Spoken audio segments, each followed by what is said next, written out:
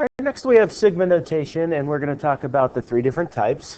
The first one that you see here is an arithmetic series, and I can tell that because this formula that's after the sigma symbol is a linear formula. It looks like this is going to grow by 1 because the slope of this formula is 1, that equation. And the first term is going to be the answer that you get when you plug 1 into this formula.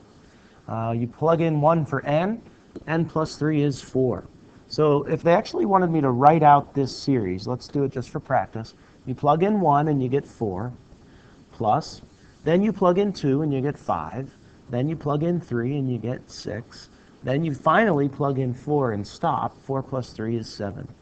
So this is basically the little series 4 plus 5 plus 6 plus 7, and we just need to find that sum. Okay, so what we get now is we find that it's an arithmetic. So we're going to use the formula sum equals n times u1 plus un all over 2.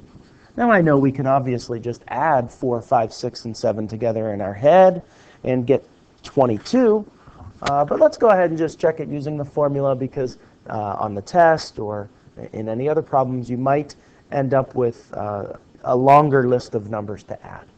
So we're going to take the number of terms, which is 4, times u1 plus un, which is the last term, all divided by 2. And you should get 22 there as your answer. Okay? Next, let's move on to the second one. Now, this is geometric, and I can tell because it's of that format.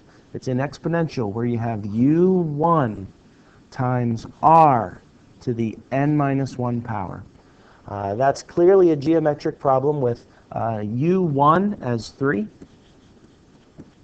R is the number in the parentheses. The base of the exponent is our r, so 1.2. So you might be thinking, well, r is 1.2, so it's outside that acceptable range we've talked about, between -1 and 1. No big deal in this one because it has a stop value. It stops at the 10th term, so you don't have to worry about that range between -1 and 1 for r. You do have to worry about that in infinite problems, where the top number on the sigma is actually not a number, it's infinity. Okay, so those are the ones that you have to worry about the r. This one is finite, so we're going to use the finite formula, which is u1 over 1 minus r. But remember, there's more stuff. You can either do, let's use that formula that had this, 1 minus r to the nth power. This will be a handy formula to use because we don't need to figure out what the last term is. We only need u1, r, and n. And we know n because our n goes from 1 to 10. If n goes from 1 to 10, there are 10 terms. So u1 is 3. 1 minus r is 1.2 to the 10th power.